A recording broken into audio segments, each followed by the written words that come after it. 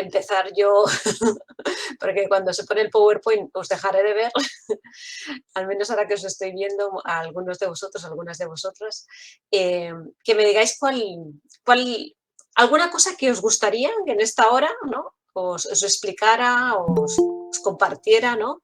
O reflexionáramos juntos, ¿no? Lo podéis hacer por el chat o lo podéis hacer abriendo un momento el micrófono para que sea rapidillo y a partir de ahí ya empiezo lo que he preparado, que se puede cambiar ipso facto.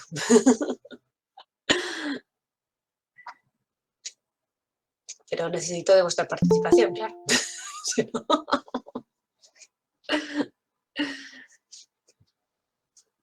¿Alguien se anima a decir alguna cosita? ¿O todos estará bien? ¿O no os interesa nada? Ah,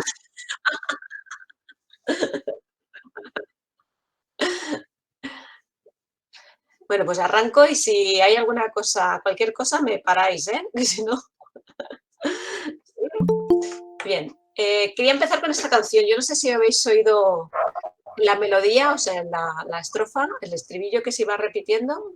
¿Alguien me sabría decir qué decía la canción? ¿Os acordáis de la canción? Ay, ay, ay. Quémate en el volcán porque si no, algo te va a pasar. Muy bien, Julio. Muy bien. Bueno, voy a compartir y así lo podemos ver. Vale, en este momento os pierdo, ¿eh? O sea que para cuando os pregunte hablar, porque si no, no puedo leeros. Bien, quería empezar con esta canción. Bueno, primero para animarnos, ¿no? Un poquito.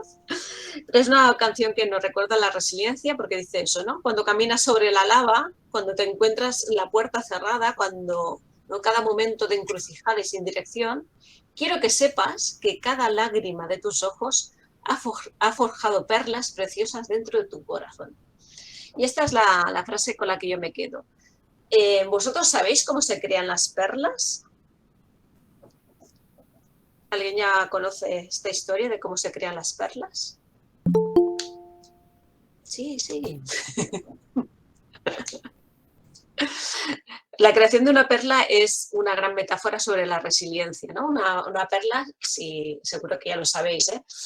Una perla se crea justamente, ¿no? Cuando la ostra, ¿no? Está ahí en el mar y entra una adversidad, que es ese pequeño granito de arena, ¿no? Y en vez de expulsarlo, ¿no? Porque es una adversidad que nadie quiere, lo que hace es acogerlo, segregar el nácar, ¿no? Segregar el nácar y construir la perla. Imaginaros, ¿no? Si nuestra vida fuéramos, ¿no? convirtiendo cada una de estas adversidades que nos tenemos que enfrentar en perlas preciosas. Imaginaros cuán ricos seríamos en perlas, ¿no? Cuánta perla tendríamos en nuestra vida. Bueno, esta es una pequeña metáfora sobre la resiliencia, ¿no? Pero que a mí me parece como muy potente justamente, ¿no? Para hablar de resiliencia, ¿no? De intentar no huir de la adversidad, porque la adversidad está ahí, ¿no? Pues eso, ¿no? Pues por ejemplo ahora el COVID nadie lo quería, pero está aquí. Entonces, ¿qué hacemos, ¿no? Delante de estas situaciones que nos va a deparar la vida? Y eso me recuerda una frase ya de Jean-Paul Sartre que nos dice eso, ¿no? No perdamos nada de nuestro tiempo, ¿no? Quizá hubo de más bellos, pero este es el nuestro. Entonces, con esto que tenemos que vivir, ¿no? Con esta vida que nos es dada, en este momento preciso, ¿qué podemos hacer nosotros, ¿no? Y de eso va la resiliencia. La resiliencia va en dónde centramos la mirada, ¿no? En qué hacemos, en qué decidimos hacer con esto que nos toca vivir, ¿no? Esta mañana hacíamos desde la cátedra, ¿no? la felicitación de Navidad, ¿no? Y hacíamos una referencia a Joseph Campbell, ¿no? Que dice eso, ¿no? Que el objetivo de la vida es hacer que los latidos de tu corazón, ¿no? coincidan con el latido del universo, para que tu naturaleza coincida con la naturaleza, ¿no? Y también tiene que ver esto con resiliencia. En sí, cuando nosotros hicimos el Congreso de Resiliencia y teníamos a los mayores expertos de resiliencia del mundo, ¿no?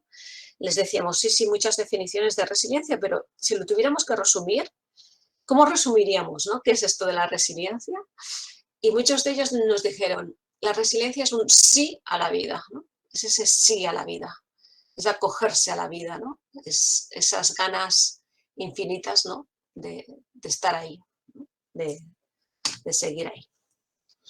Mira, nosotros empezamos a trabajar en la resiliencia hace muchos años. El primer libro lo publicamos en el 2007, lo estábamos trabajando desde el 2004, que es este de la resiliencia a crecer desde la adversidad.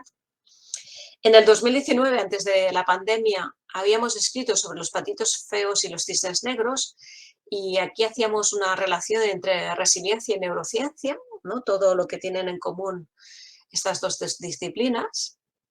Y justamente en la pandemia, ¿no? En este tiempo que nos paró la vida, lo que hicimos es hacer este libro con Jordi que se llama así, Hagamos que sus vidas sean extraordinarias, y ahí hablábamos de 12 acciones concretas, ¿no? Para generar la resiliencia en la educación. Lo que os voy a ofrecer hoy es un poquito el recorrido, ¿no? por estos libros que si después tenéis más interés, pues sabéis que están ahí. Y bueno, quería empezar con un cuento, ¿vale? Quería empezar con un cuento. Es un cuento que yo escuché a Lucas Maliasi y que me sirve mucho para hablar de resiliencia. Este cuento es lo que explica, ¿no? Es que había un señor que iba a pescar a un río, ¿no? Y se acercaba al río y vio dentro del río que, ¿no? que había una persona que le hacía como una señal, ¿no? Y dice, uy, me están saludando. Entonces se acercó y vio, ¿no? que realmente se está ahogando esta persona, ¿no? Entonces entró en el río y la salvó. Y cuando estaban los dos fuera, vieron que bajaban otros 3 personas por el río, ¿no? Entonces se tiraron otra vez al río, los salvaron, ¿no? Vale. Y cuando ya estaban allí fuera, otros 5 que bajaban por el río, ¿no? Y así sucesivamente, ¿no?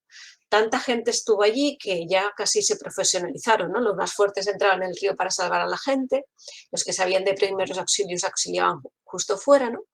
Hasta que algunos decidieron decir, hombre, si por aquí está cayendo gente, casi vamos a remontar río arriba, a ver qué pasa, ¿no? Entonces subieron hasta al inicio del río. Y al inicio del río lo que se encontraron que fue, se encontraron pues que había un puente que se había maltrecho, ¿no? Y por allí la gente resbalaba y se caía al río. Y hasta ahí el cuento. ¿Y esto qué tiene que ver con la resiliencia? Porque de resiliencia ahora se está hablando mucho, ¿no? Porque estamos como, eso, ¿no? Ayudando a la gente que se está ahogando, ¿no? Pero la resiliencia la tendríamos que estar trabajando ya río arriba. No esperar, ¿no? No esperar que nos pasen las cosas para hablar de resiliencia, sino prever y promover la resiliencia desde el inicio. ¿Estaríais de acuerdo con esto? Espera, que os necesito ver un poquito. Que si no, tengo la sensación de hablarme a mí misma y ya me lo sé.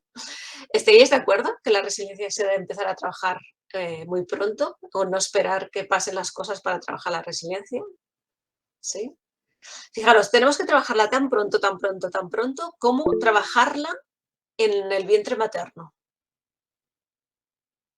Hay muchos estudios que lo que nos están diciendo es que si las mamás, ¿no? Por ejemplo, están muy estresadas durante el embarazo, eso va a repercutir en que los hijos sean unos resilientes en adelante. Entonces, cuán importante es, ¿no? Empezar a trabajar la resiliencia ya desde el principio.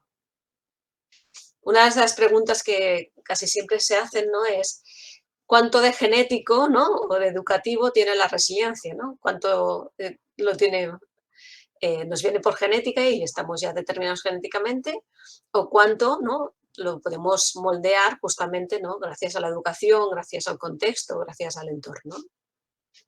Entonces, ¿qué sabemos desde la neuroeducación? Sabemos, ¿no? que hay un componente genético o como en cualquier otra capacidad y habilidad, ¿no? como de empatía o de cualquier otra. Hay un componente genético, pero no estamos determinados genéticamente. Y eso es muy importante. O sea, hay una carga genética, evidentemente, ¿no? Pero no estamos determinados genéticamente. Es más, hay una gran más parte, ¿no? De parte del contexto y del entorno que la parte genética. Con lo cual, ¿qué estamos diciendo? Que podemos trabajar la resiliencia, que podemos promover la resiliencia. ¿Sí? ¿Alguna preguntita hasta ahora? ¿Alguna cuestión que queráis plantear? ¿No? No, no. Muy bien, pues sigo. Ya me callaréis. Muy bien. Estamos aquí con el señor cuento. Con Jordi Graner nos gusta hablar más de la resiliencia generativa, ¿no? En esta versión justamente de no esperar, ¿no? Para empezar a trabajar la resiliencia cuando nos pasen cosas, sino intentar generar oportunidades, ¿no? Y aquello que estamos percibiendo como una amenaza, convertirlo en una posibilidad, ¿no? Empezar a trabajar la resiliencia desde mucho antes de que venga la adversidad. Os traigo aquí no, un trozo, un fragmento de texto de la Elizabeth Kubler-Ross, que vosotros ya sabéis que es una máxima referente en todo el tema del duelo, ¿no? Y la Kubler-Ross nos dice, ¿no? Las personas más bellas con las que me he encontrado son aquellas que han conocido la derrota, han conocido el sufrimiento, han conocido la lucha, han conocido la pérdida y han encontrado su forma de salir de las profundidades, ¿no? Estas personas tienen una apreciación, una sensibilidad y una comprensión de la vida que los llena de compasión, humildad y una profunda inquietud amorosa. La gente bella no surge de la nada. Y esto lo relaciono con un concepto que utiliza mucho Cyrulnik. Cyrulnik también es el gran referente de resiliencia, como ya sabéis. Que lo que viene a decir es que cuando tú has salido de una adversidad muy grande, ¿no? Te queda como un sentimiento de orgullo, ¿no? De orgullo, de este sentimiento de si he podido salir de esta, ¿no? Casi voy a poder salir de todo, ¿no?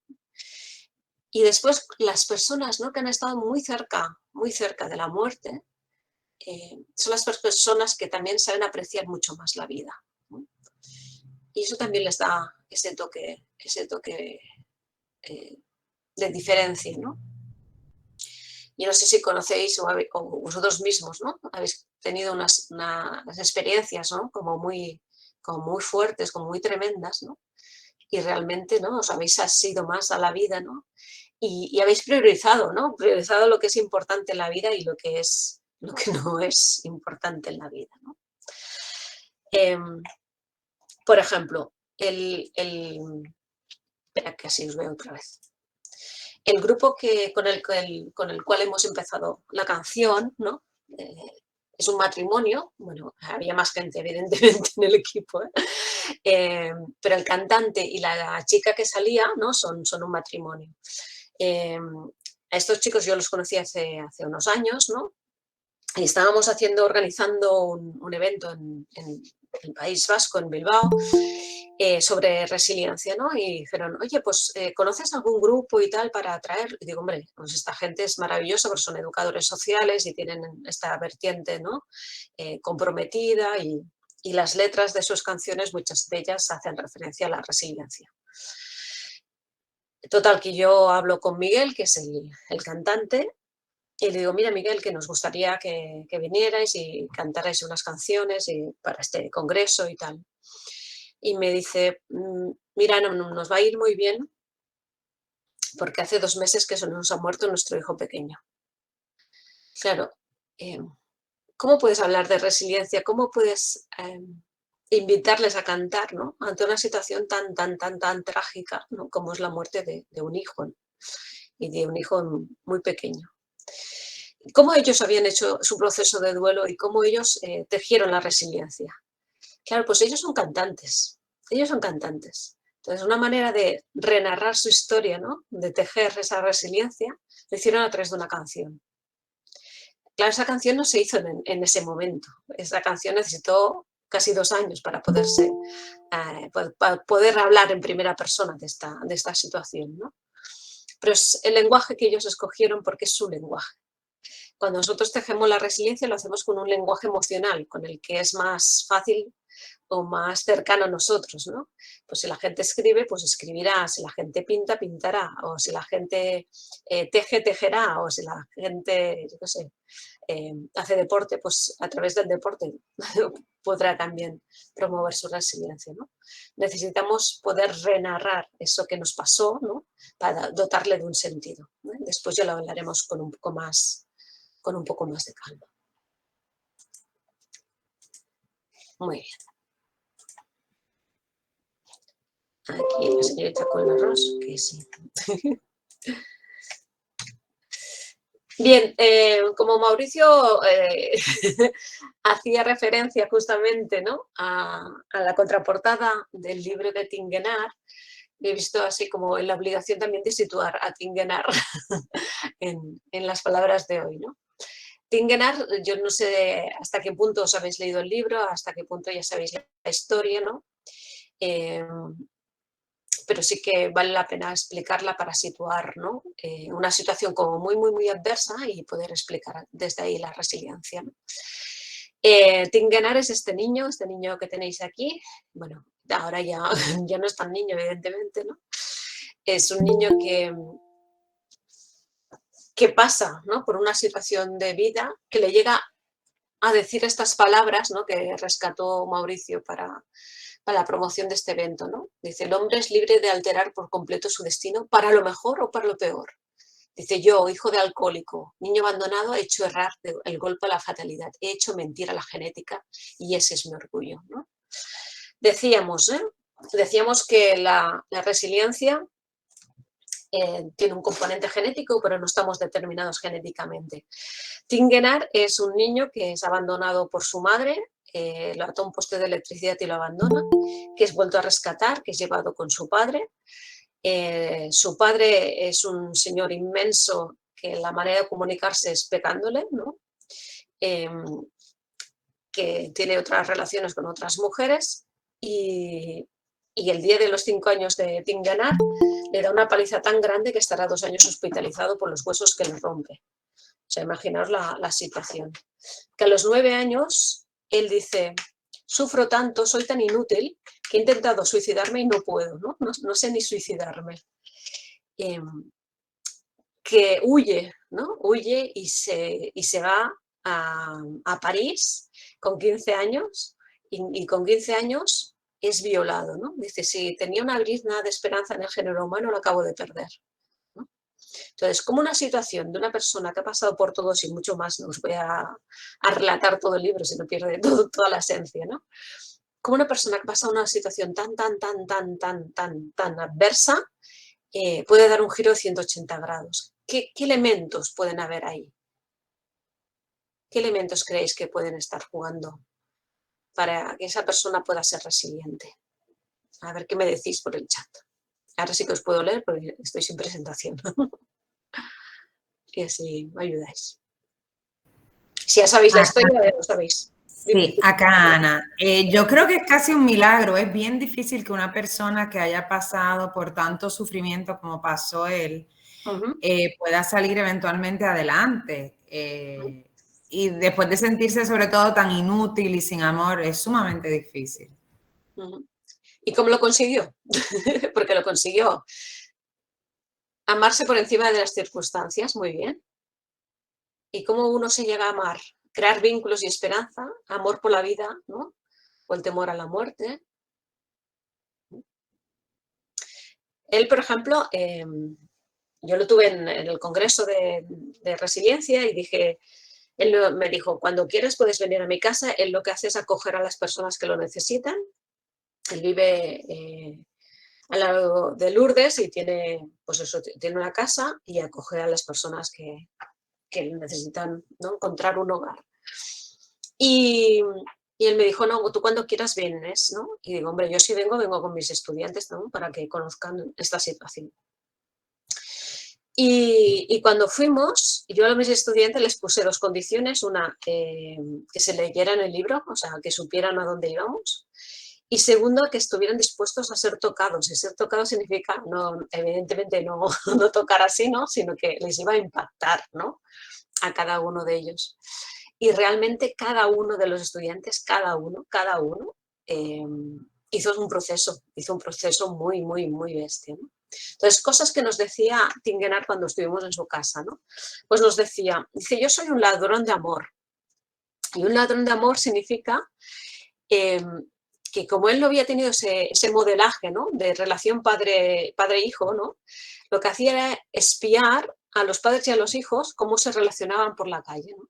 Entonces, cuando veía un padre y un hijo, ¿no?, se iba detrás de ellos a ver cómo se relacionaban. En un momento de su adolescencia, ¿no?, tenía como 3 sentidos para estar vivo, ¿no?, 3 razones para vivir, ¿no? Cuando ya vio que era inútil para suicidarse, dice, bueno, tengo tres fundamentos para estar vivo, ¿no? Dice, la primera es matar a mi padre. La segunda será huir de un reformatorio, ¿no?, porque acabó en un reformatorio, ¿no? Y después ser jefe de una banda, ¿no? Los 2 últimos los consiguió, el primero por suerte no, incluso perdonó al padre y perdonó a la madre, ¿no? Pues un día iba por la calle, iba persiguiendo a un padre y a un hijo, ¿no? Y cuando el padre se fue a despedir del hijo, ¿no?, le puso la mano encima de la cabeza y le dijo, estoy orgulloso de ti, ¿no? Y Tim cambió su sentido de vida y dijo, yo un día tendré hijos y les diré, estoy orgulloso de ti, ¿sí? Entonces, ¿cómo busca ese modelaje, ¿no?, de vínculo para poder asirse a la vida, ¿no? Eso es una de las cosas importantes. El sentido de vida es un elemento clave en la resiliencia, ¿no? Si ahora os preguntara, ¿por qué os habéis despertado esta mañana? ¿Qué os da sentido? ¿Qué os hace estar vivos?, ¿no? Pues eso es muy, muy, muy, muy importante. ¿Por qué? Porque a veces delante de la misma situación, ¿no?, por ejemplo, delante de una separación, ¿no?, hay gente que no le pasa nada y hay gente que se hunde y toca fondo. Y la situación es la misma, pero la vivencia de la situación no es la misma. Porque si yo he depositado mi sentido de vida en esa otra persona y esa otra persona desaparece, tengo un problema. O si mi sentido de vida es el trabajo, sin darme cuenta, a lo mejor, y ese trabajo se pierde o me jubilo, ¿no?, tengo un problema, ¿sí? Entonces, cuán importante es saber qué es lo que nos está sustentando la vida, ¿no? ¿Cuál es ese sentido de la vida? Entonces, ¿qué le pasó a Tim? ¿Dónde se pudo coger, no? Evidentemente pensaréis enseguida, ¿no?, en esas personas significativas, ¿no?, esos tutores de resiliencia, esos adultos significativos, ¿no? Pero un adulto significativo, un tutor de resiliencia puede ser personas sin darse cuenta, ¿no? Pueden ser personas sin darse cuenta. Por ejemplo, Tim explica, ¿no?, que una de las personas que le hicieron cambiar, ¿no?, le hicieron hacer de soporte, ¿no?, hacer de palanca de cambio, fue una persona que ahora diríamos una persona sin techo, ¿no?, sin hogar, que es el que le enseñó a leer, ¿no? Esa persona, Tim se acercaba a ella y la persona cogía un diario, un periódico y le iba repasando con el dedo y le iba leyendo. Y Tim por la noche cogía un periódico y pasaba el dedo y decía, aquí no se produce la lectura, ¿no? Y así poco a poco él fue aprendiendo a leer, ¿no? Pues esa persona que estaba por Tim, ¿no?, esa persona que miró a Tim, ¿no?, fue una de las personas tutores de resiliencia. Tim Gennard, por ejemplo, una de las cosas que dice es que la resiliencia empieza por la mirada del otro.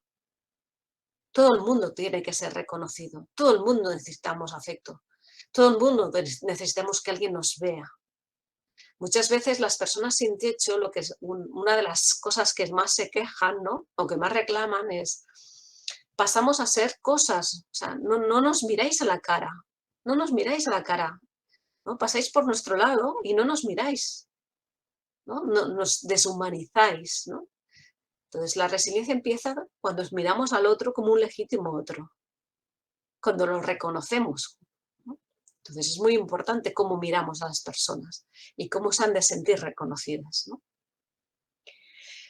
Otra de las cosas que le hizo cambiar a Tim fue, él había aprendido a pelear, porque esto sí que lo había aprendido, ¿no? Y él era feliz cuando peleaba, ¿no? Y se dio cuenta que había una gente que era con diversidad funcional, ¿no?, que eran felices y no se pegaban, ¿no? Dicen, aquí pasa algo raro. Yo necesito saber por qué esta gente es feliz y no se pega. Y se acercó y estas personas, ¿no?, quien había detrás era una mujer que pasará a ser su mujer, una educadora, y después quien estaba regentando este recurso era un cura, ¿no? Era un sacerdote. Y el sacerdote le dijo a Tim, Tim, cuando tú necesites algo, mi casa está abierta para ti. Y Tim pensó, sí, hombre, como el violador, anda que voy a ir a tu casa, ¿no? Total, que un día así que venía él un poco entonadillo, ¿no? Y de madrugada dice, voy a ver ese cura, ¿no? Y se presenta en casa del sacerdote, le pica. ¿Y qué creéis que hizo el sacerdote? Para promover la resiliencia. Si tú picas a las 3 de la mañana, ¿qué haces? No sé. Pues le abrió la puerta. O sea, es ser coherente, es ser coherente. Si yo te he dicho que estoy por ti cuando tú lo necesitas, estoy por ti cuando tú lo necesitas. Tim Guenard dice, ¿sabéis quién es mi mejor educador? Dice, mi perro. Y más que mi perro, es mi asno. Porque sean las 2 o las 3 de la mañana, llueve o nieva, yo tengo un problema y está ahí para escucharme. O sea, a veces ser un tutor de resiliencia o un adulto significa estar ahí para cuando la otra persona lo necesita. Estar ahí. Tan difícil y tan fácil, estar ahí. Una de las cosas que también nos explicó Tim, ¿no? Es que se acercó un amigo suyo y dice, mira, Tim, me vengo a despedir porque me voy a suicidar. Claro, cuando alguien te dice una cosa así, lo normal sería pues convencerlo que no, ¿no? Que no, que no. Y Tim, en vez de decir nada, ni hacer ningún juicio ni prejuicio, lo que le dijo es, bueno, pues si esa es tu decisión, déjame que al menos te acompañe. Claro, esto descoloca a la persona, la descoloca totalmente. Y claro, en el trayecto hacia donde el otro había decidido irse a suicidar, ya cambió de parecer. Pero eso significa, claro, esa mirada sin juicio, ¿no? Ese respetar al otro, ¿no? Y desde ahí producir el cambio. Pero eso, claro, eso cuesta mucho, ¿no? Eso cuesta mucho. Entonces encontró el amor, encontró personas significativas, pero ya os lo digo, que a veces esa persona que está haciendo de tutor de resiliencia tampoco se da cuenta, tampoco se da cuenta de que es un tutor de resiliencia, ¿sí? Entonces, como a veces sin quererlo podemos estar haciendo de tutores de resiliencia, ¿no? Por ejemplo, él explica en otra ocasión, ¿no?, que iba a cruzar una calle y se le acerca una persona mayor, una señora mayor, y le dice, joven, ¿me ayuda a cruzar la calle? Y dice, vale, pues nada, ningún problema. Y cuando llegan al otro lado, la señora mayor le da una manzana. Esto parece la Blancanieves, pero lo explica así, ¿eh? Y le da una manzana. Y tú dirás, bueno, una manzana no es nada. Ya ves que es una manzana no es nada. Pero para Tim era la primera vez que alguien le hacía un regalo en su vida. Un regalo es hacer un presente, es hacerte presente. O sea, si yo te regalo algo es porque tú estás presente en mi vida. Entonces, cuán importante es, ¿no?, ese regalo, en este caso, para ti. Que para nosotros a lo mejor es una cosa banal, pero para él lo es todo. Porque volvemos a dignificar a la persona, como con la mirada, ¿no? Entonces, esas pequeñas cosas, ¿no?, esas pequeñas cosas que dices, no son nada, a lo mejor lo son todo para esa persona en concreto, ¿no? Vale, os leía por aquí, la representación de su vida. Bien. ¿Alguna duda de aquí? De lo dicho de ti. No, Nalin no tiene dudas, muy bien. Muy bien.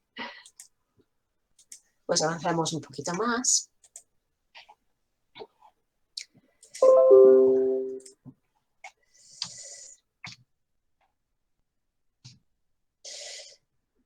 Mirad, esta es una historia también muy, muy bonita. Vino César. César es un educador social, un exalumno mío, que se dedica mucho a la fotografía. Me dijo, quiero hacer una exposición de resiliencia, ¿no? Entonces, lo que hizo es buscar diferentes testimonios, ¿no?, diferentes personas, y lo que les pedía es, de su historia de vida, ¿no?, ¿cuál es el objeto, ¿no? que marcaría esa historia? En este caso es un chico, ¿no? que vino en una patera desde África, y el símbolo que él escogió fue justamente pues ese barco, ¿no? Ese barco de papel, ¿no? Esa patera. Y esa frase, ¿no? Con el coraje y la confianza todo es posible en la vida. Entonces, lo que él hizo, este es el que está en medio, es César, ¿no? Este de aquí. Lo que hizo César es coger esos testimonios de vida, ¿no? Desde este chico de la patera a personas que habían vivido en centros residenciales, a trata de blancas, a personas con un paro muy largo, bueno, diferentes situaciones de vida, ¿no? Y que se habían salido airosos, ¿no? Entonces hizo esas pequeñas entrevistas, les pidió el objeto, les hizo una foto, ¿no? Y se hizo una exposición en la universidad. Claro, imaginaros, ¿no? Cuando mi dolor, ¿no? Mi dolor de vida se convierte en belleza, ¿no? ¿Qué es una exposición? Claro, es mi vida, mi dolor transformado en algo que la gente me viene a ver. Claro, esta gente estaba que no se lo creía. Eso es el poder de la resiliencia, ese poder de transformación de ese dolor, ¿no? En esa perla preciosa que decíamos al principio, ¿no? Cómo transformamos esa historia de vida en algo que los demás quieren ver, que los demás necesitan, ¿no? Reconocer en nuestra manera de ser, ¿no? Aquí hay una frase de Audrey Hepburn, ¿no? Que dice eso, ¿no? Las personas más que las cosas tienen que ser restauradas, renovadas, revividas, reclamadas, redimidas, ¿no? Y con la resiliencia ayudamos a hacer eso. Mirad, os quiero presentar a Pepa Horno. Pepa Horno es una persona que trabaja mucho por la infancia. A lo mejor la habéis leído también. Pepa Horno aquí es una gran referente. Y ella habla de que la vida se construye, ¿no? De dos elementos, ¿no? Que sería como hablar también de la genética y del contexto, ¿no? Ella habla de la intemperie y de la responsabilidad. La intemperie es la vida que hemos recibido, ¿no? La vida que se nos ha dado, ¿no? Y ella dice, eso serían como los ingredientes del plato, ¿no? O sea, todo con lo que hemos llegado a la vida. Dice, ahí vosotros no hemos podido hacer nada porque nos viene dado, ¿no? Ahora, ¿cuál es nuestra responsabilidad? Es con esos ingredientes que hemos recibido de la vida, ¿no? ¿Qué hacemos con eso? ¿No? Y eso es nuestra responsabilidad. O sea, cada uno llega a la vida como llega, ¿no? Con esas cartas o esos ingredientes, ¿no? Pero lo que llegamos a cocinar es nuestra responsabilidad, ¿no? Y dice, es importante recordar, ¿no? Que ser fuerte, ¿no? No es ser invencible. O sea, yo tengo que ser consciente del miedo, ¿no? Y no negarlo o huir de él. O ser consciente de la tristeza y de la rabia. O sea, yo no puedo negar si tengo tristeza, o no puedo negar si tengo la rabia, o no puedo negar si tengo el miedo, sino que hay que reconocer, ¿no? Esas emociones y transformarlas en energía, ¿no? Que a veces, ¿no? Cuando estamos en una situación tan, ¿no? Pues con el huracán, ¿no? Con la COVID, ¿no? Con estas situaciones, a veces hay que sobrevivir, ¿no? Y sobrevivir no significa vivir, pero en aquel momento tenemos que hacer ese primer paso, que es el sobrevivir, ¿no? Y que hay que levantarse cada vez que uno se cae, ¿no? Que nos vamos a caer, que la vida nos va a dar tropezones, ¿no? Pero lo importante es poderse levantar, ¿no? Y por tanto, hay que reconocer que somos frágiles, ¿no? Que a veces pensamos que somos ya invencibles, ¿no? Invulnerables, ¿no? Que los podemos con todo. Pues no, nos reconocemos con nuestra propia fragilidad, ¿no? El COVID nos ha dado otra lección, ¿no? De que somos frágiles y que somos vulnerables. Pero eso también nos tiene que hacer ver que hay que pedir ayuda, ¿no? Que no estamos solos en el mundo. Y eso nos lleva también a esa conexión interna y esa red afectiva sólida. Uno de los elementos clave de la resiliencia es nuestra red, ¿no? Nuestra red afectiva sólida. Si yo tengo una super red, es que no me van a dejar caer, sino que ya me están ayudando, ¿no? Entonces, ¿cuán importante es darnos cuenta de quién forma parte de nuestra red afectiva, ¿no? Después hablaremos un momentillo de eso. Dice, y por eso, ¿no? Nadie es fuerte solo, ¿no? Necesitamos esa red afectiva para hacernos fuerte. Nadie es fuerte controlando, disimulando, negando, ¿no? Hay que tener esa nuestra vivencia de nuestra vulnerabilidad. Y nadie es fuerte siempre. O sea, hay momentos para todo y hay momentos que también estamos agotados y que nos podemos sentir débiles. Pero eso también es natural, eso forma parte de la vida, ¿no? Eso forma parte de la vida. Y ella acaba diciendo eso, ¿no? No soy fuerte ni tú eres fuerte, es el amor que nos une el que nos hace fuertes. Y esa es mi pregunta. Si ahora os preguntara, ¿sois conscientes de quién forma parte de vuestra red? O sea, ¿vosotros sois conscientes de cuando tenéis un problema, quién forma parte de vuestra red? Si yo tengo un problema, ¿a quién puedo acudir? ¿Lo tenéis claro?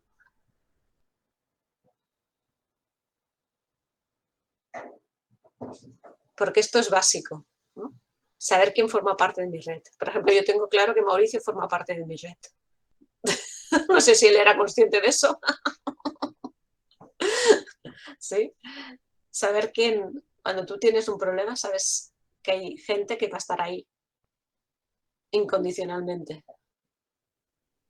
Entonces, si vosotros queréis que la gente promueva su resiliencia, una de las cosas primeras es que se hagan cargo, ¿no?, de saber quién forma parte de su red. Esa constatación de que no estamos solos. Muy bien, la Norma.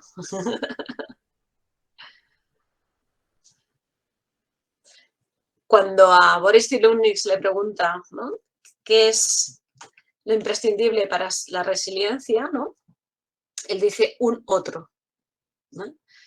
Alguien que está ahí, ¿no?, que nos ayuda a poder, ¿no?, sostener, ¿no?, y nos puede ayudar a impulsar. Entonces, esas pequeñas tribus, ¿no?, Maribel, que hablas tú, son esenciales. Ahora se hace un muy mal uso de la palabra resiliencia, ¿no? Tiene una connotación como muy neoliberal, ¿no?, del hombre se hace a sí mismo, ¿no? Y justamente la resiliencia es una invitación a la comunidad.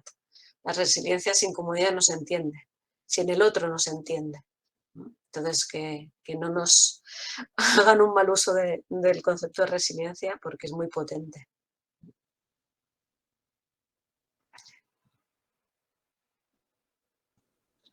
Muy bien. Muy bien, va un poquito más y después dejamos los 10 minutos últimos para preguntillas, ¿eh? Fijaros, muchas veces, ¿no?, como humanos, como personas humanas que somos, delante de la soledad de los cambios, las incertidumbres, ¿no?, como esto que estamos viviendo, ¿no?, podemos actuar de dos grandes maneras, ¿no? Hay gente que se mueve por el miedo, ¿no? Entonces se queda como aturada, ¿no?, como quieta, ¿no?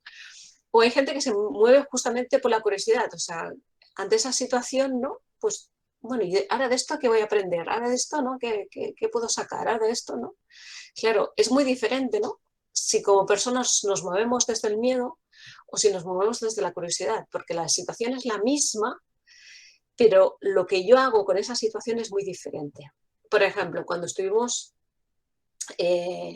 totalmente, ¿no?, iba a decir encarcelados, pero no sé, es encarcelados, ¿no?, pero cuando estuvimos confinados, ¿no?, hubo mucha gente que lo vivió así, con mucho miedo, ¿no?, con mucho miedo a salir, incluso cuando se podía salir no querían ni salir, ¿no?, por el miedo a, ¿no? Y en cambio mucha gente también actuó desde la otra perspectiva, decir, bueno, muy bien, no puedo hacer esto, no puedo hacer lo otro, no puedo hacer lo otro, pero ¿qué sí puedo hacer?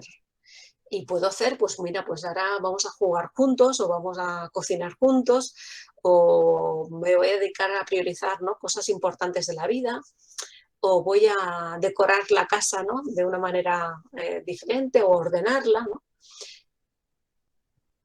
¿Y con esto qué quiero decir? Que muchas veces la resiliencia es centrarse en lo que sí se puede no centrarse solamente en lo que no se puede, porque eso nos limita.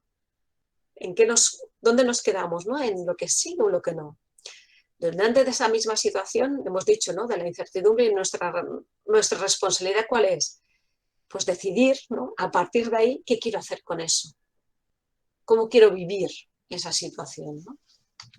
Porque cambia mucho, mucho, mucho la historia, ¿eh? Algunas cosas que dijimos en este último libro, ¿no? Bueno, hay 12, ¿no? Pero una de ellas es el recuperar el poder de las historias con pasión, ¿no? Generar lenguajes amables, ágoras y preguntas y vocabularios de esperanza, ¿no? Cómo el lenguaje puede cambiarlo todo, ¿no? Y al hilo de lo que os decía, ¿no? Lo importante no es lo que nos sucede, sino cómo nos relacionamos con lo que nos sucede. O sea, una misma situación, ¿no? La podemos vivir de una manera muy, muy, muy dramática o muy victimizante, o la podemos vivir, ¿no? Como más desafiante, ¿no? De decir, va, ahora yo con esto, ¿qué voy a hacer, ¿no? Por tanto, ¿cómo favorecemos esos lenguajes emocionales, ¿no? ¿Cómo recontamos, ¿no? Las historias de vida? ¿O cómo podemos sostener los sufrimientos, esas angustias, ¿no? Y convertirlas en nuevas oportunidades? Por ejemplo, ¿no? Hemos hablado del Tingenar como un ejemplo, hemos hablado de Sal 150, pero también os traigo aquí otros ejemplos, ¿no? Miquel Fuster es, por ejemplo, una persona que ha vivido en la calle muchos años, 15 años en la calle, y su manera de renarrar su historia, ¿no? Es justamente con su lenguaje. Sal 150 canta, ¿no? Tim, para renarrar su historia, escribe. Pues Miquel Fuster, como es dibujante, lo que hace es dibujar 3 cómics explicando su historia. Es su manera, ¿no? De renarrar lo que le ha pasado, de darle un sentido, de visibilizarse delante del mundo, para que todos los demás también lo puedan reconocer, ¿no? Y ver. Y la última cosa que os voy a explicar es este TED, que lo podéis ver. Este TED es de Lucy Home. Lucy, cuando lo veáis, veréis su historia de vida, ¿no? Aquí explicada. Ella dice que ya explicaba la resiliencia para organizaciones, ¿no? Que era una experta, una gran referente, ¿no? Dice, hasta que la vida, ¿no? me tenía preparado una sorpresa. Entonces empieza la charla preguntando a la gente, ¿no? A ver, levantaros, ¿no? Los que, pues eso, los que os habéis separado. Levantaros los que alguna vez os han despedido del trabajo. Levantaros los que habéis vivido una muerte de cerca. Levantaros, ¿no? Bueno, va diciendo diferentes adversidades, ¿no? Y al final, ¿qué nos encontramos? Que todo el mundo está de pie, ¿no? O sea, que todo el mundo ha pasado por alguna situación para poder promover la resiliencia, ¿no? Y ella lo que nos explica justamente, ¿no? Es como tres grandes lecciones, ¿no? Para promover la resiliencia. Y ella esto lo aprendió justamente, decíamos, que ella es una experta en resiliencia, pero que la vida le tenía preparada una gran experiencia vital. Y lo que explica es que un día, ¿no? Era una fiesta y iban diferentes niñitas, ¿no? De sus hijas y sus amigas, ¿no? Y su hija en el último momento decidió subir en el coche de otra compañera, ¿no? Con su madre. Y ese coche fue arrollado, ¿no? Por un camión y las 3 murieron en el acto. Dice, claro, dice, toda la vida explicando la resiliencia hasta que lo vives en propia piel de una manera tan impactante, ¿no? Como es un fallecimiento de una hija, ¿no? Dice, las 3 cosas que yo he aprendido de esta lección han sido, ¿no? Dice, primero, entender que las cosas pasan, ¿no? Entender que eso forma parte de la vida, ¿no? Que nos pasamos muchas veces preguntando, ¿y por qué a mí? ¿Por qué a mí? ¿Por qué a mí? Y dice, ¿y por qué no tengo que ser yo, ¿no? O sea, las cosas acaban pasando y nos pueden pasar también a nosotros, ¿no? Y dice, no ser ilusos porque el sufrimiento también forma parte del proceso de la vida. Evidentemente no es solo eso, ¿no? Pero entender que la vida no es siempre de color de rosa ni que todo va a salir bien, porque hay cosas que no van a salir bien, ¿no? Pero que eso hay que transitarlo, hay que pasarlo, ¿no? Hay que tomarlo como un proceso de naturalidad, ¿no? Dice, la segunda es eso, ¿dónde ponemos la atención, ¿no? dónde estamos centralizando nuestro foco, ¿no? Y aquí trae uno de los estudios de Seligman. Seligman, ya sabéis, es el gran referente sobre temas emocionales y el pensamiento positivo. Y Seligman en este estudio lo que hizo es que hacía que la gente se anotara durante 6 meses 2 cosas buenas que habían pasado ese día.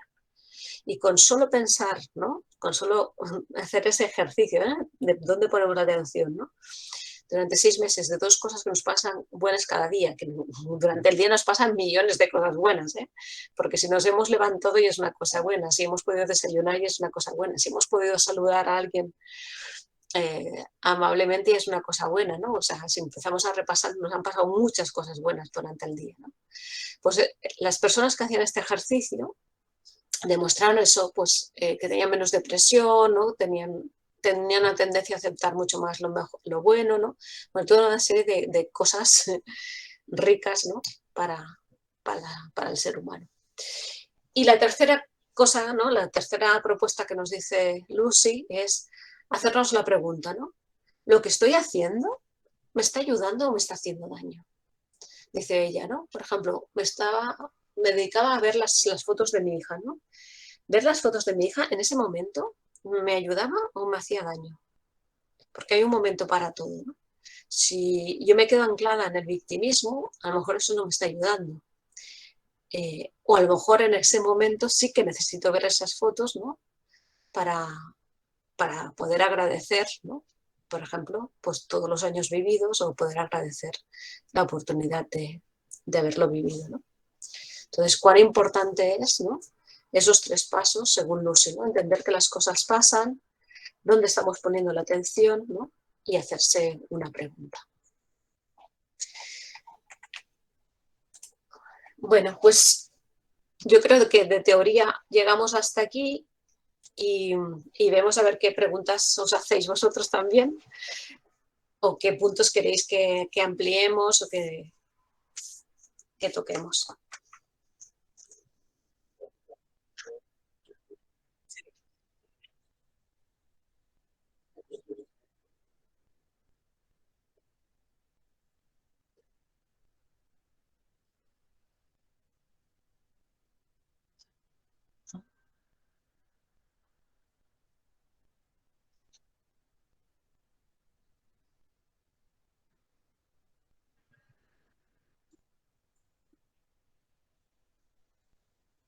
Uh -huh.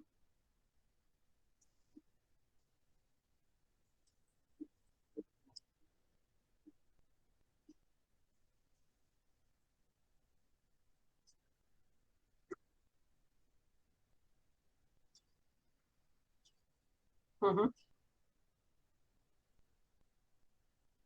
Ahí está. Sí, sí, es muy importante eso, que no es una condición, sino que es un proceso, que hay personas que durante unos años de su vida han sido más resilientes y en otros momentos dejan de serlo porque no es unifactorial, sino que hay muchos factores que entran en juego ahí, ¿no? Algunos de ellos se han explicitado, pero hay otros que no hemos explicitado, pero que son igualmente importantes, ¿no? Y es más, a lo mejor hay algún niño, por ejemplo, o niña, que los primeros 3 años de vida, que ya sabéis que son vitales para el vínculo y el apego seguro, ¿no?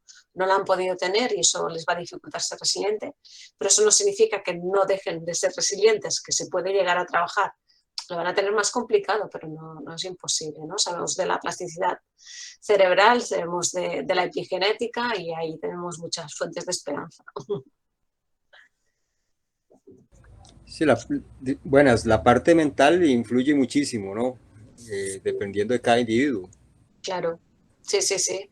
Bueno, y eso es lo que decíamos, ¿no? La epigenética, por ejemplo.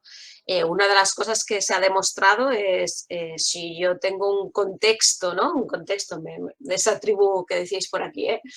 Yo tengo un contexto de amistades, ¿no? O familiar, amable, agradable, ¿no? A lo mejor algo que yo se me podía haber disparado genéticamente, aunque sea, por ejemplo, de una enfermedad, eso se queda callado. O sea, cuán importante es tener ese contexto de amistad, de familia, ¿no? Que nos ayude a estar bien, ¿no? A estar bien. Sí, sí.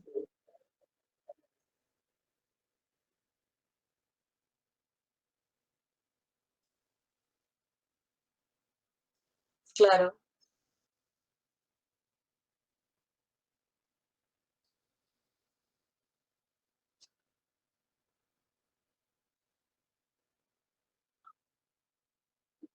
Ujú. Bueno, y vosotros, por ejemplo, con los huracanes lo tenéis muy claro, ¿no? Y en sí hay ese orgullo, ¿no? De cuando has sobresalido, ¿no? De una situación así, cuando os viene otro huracán, es como ya sacáis todo, ¿no? Todos los recursos, digo ahora como pueblo, ¿eh? Sacáis todos los recursos, ¿no? Para hacer frente a esa nueva situación, ¿no? Porque ya los tenéis esos recursos. Y vosotros porque estáis acostumbrados a eso. Si a nosotros nos llegara, por ejemplo, un huracán que no estamos acostumbrados, lo viviríamos mucho peor que vosotros, ¿sí? Porque ya tenéis, ¿no? Ese bagaje ante esa situación y ya tenéis esa predisposición a saber qué tenéis que hacer en cada momento, ¿no? O sea que eso también, pues, se va generando, ¿no? Esos recursos para ir haciendo frente a las situaciones. Por eso es tan importante que los niños pequeños, ¿no? Vayan promoviendo la resiliencia para que vayan teniendo recursos. Porque si siempre como adultos les vamos resolviendo los problemas, no tienen recursos y cuando van a tener una situación que tienen que hacerse frente a ellos solos, no saben de dónde coger herramientas. Y así es tan malo el abandono es muy malo, como la sobreprotección. Entonces el abandono lo tenemos muy claro, pero a veces la sobreprotección no la tenemos tan clara. Un niño sobreprotegido es tan malo el legado que le hacemos como un niño abandonado, niño o niña, ¿eh?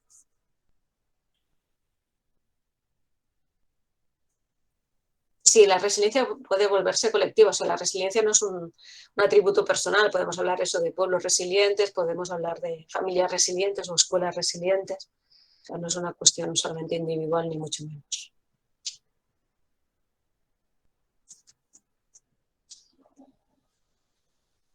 Maki, ¿qué más queréis saber o qué queréis? Sí.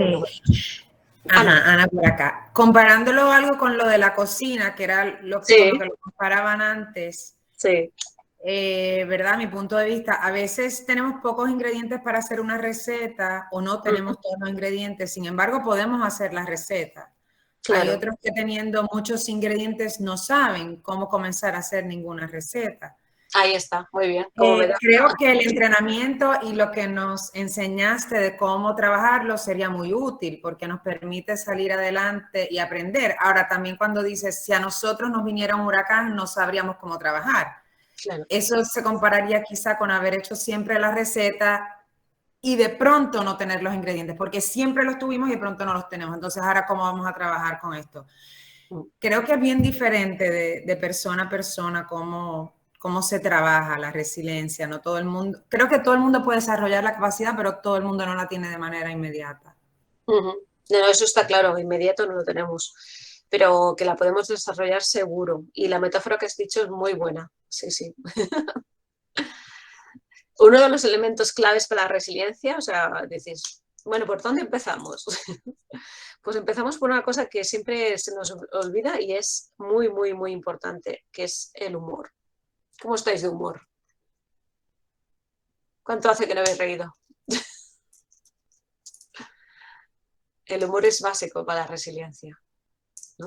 Porque es lo que nos ayuda a desdramatizar, ¿no? Si yo estoy metida en un problema, yo no veo la solución. Para poder ver la solución necesito distanciarme y el humor nos ayuda a tomar esa distancia, ¿no? Entonces, cuán importante es el humor en casa, en la escuela, en el trabajo, en todos los sitios. Cuán importante es.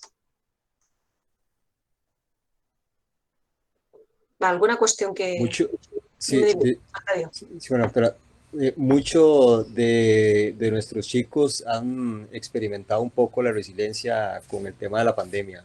Lo digo, digamos, en el caso personal con nuestros chicos que han tenido que estudiar bajo la parte virtual, han tenido que levantarse igual, hacerse su almuerzo, su desayuno, seguir estudiando, hacer todos los quehaceres que tienen que hacer, ¿verdad? Cosa que no lo hacían cuando estaban en clases presenciales y que tenían todo hecho por parte de sus padres, ¿verdad? Sí, la pandemia es un buen ejercicio de resiliencia, de adaptación al cambio, pero es lo que decíamos, ¿no? Hay gente que lo ha vivido muy mal y hay gente que lo ha vivido como un reto, como una posibilidad, ¿no?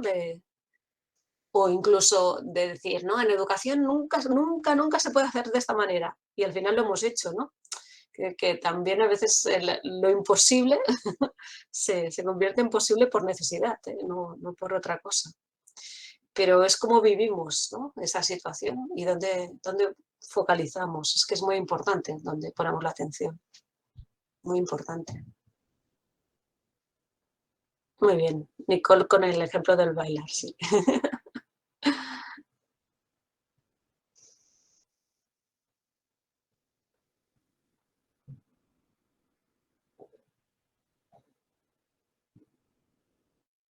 Muy bien, Maribel. Qué bueno.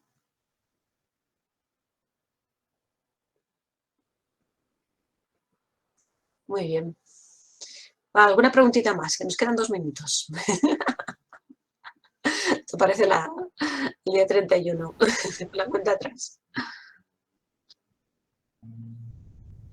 ¿Alguna cosa más que queráis saber o compartir?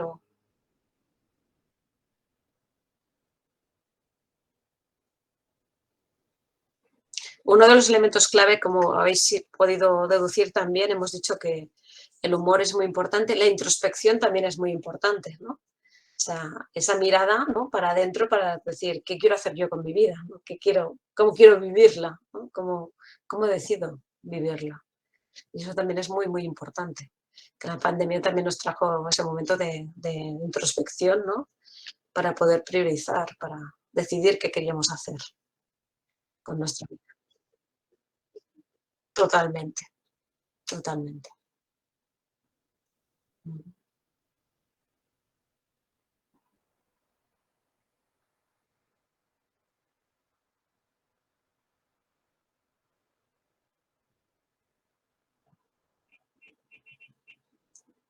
Vamos, ¿alguna cosilla más que queráis saber? Me viene a la mente la resiliencia desde lo proactivo. Sí, hay una impresión de resiliencia, da la impresión de que todo es marchito, dolor, pena, angustia, desahogo, desamparo, pero uno tratando de elaborar un lenguaje claro. Pero eso, más proactivo, más poderoso. Claro. Sí, por eso hablamos de la resiliencia generativa, ¿no? En ese sentido, de no esperar que de arriba abajo, sino de arriba arriba. Yeah. De empezar antes. Muy bien. Bueno, nos han acompañado desde 1000 lugares del mundo, Mauricio, porque aquí saludan también desde México.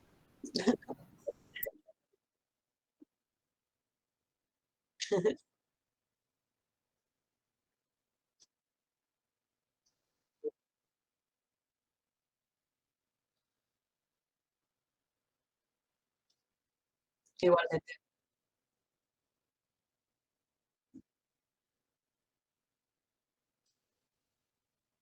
Seguro. Gracias a todos vosotros y feliz año, feliz Navidad y feliz año. Gracias. Muchísimas gracias. Gracias. Gracias. Saludos de Argentina. Gracias. Un gusto, Arcadio, que no te conocía. Mucho gusto, doctor. Gracias. Gracias a todos.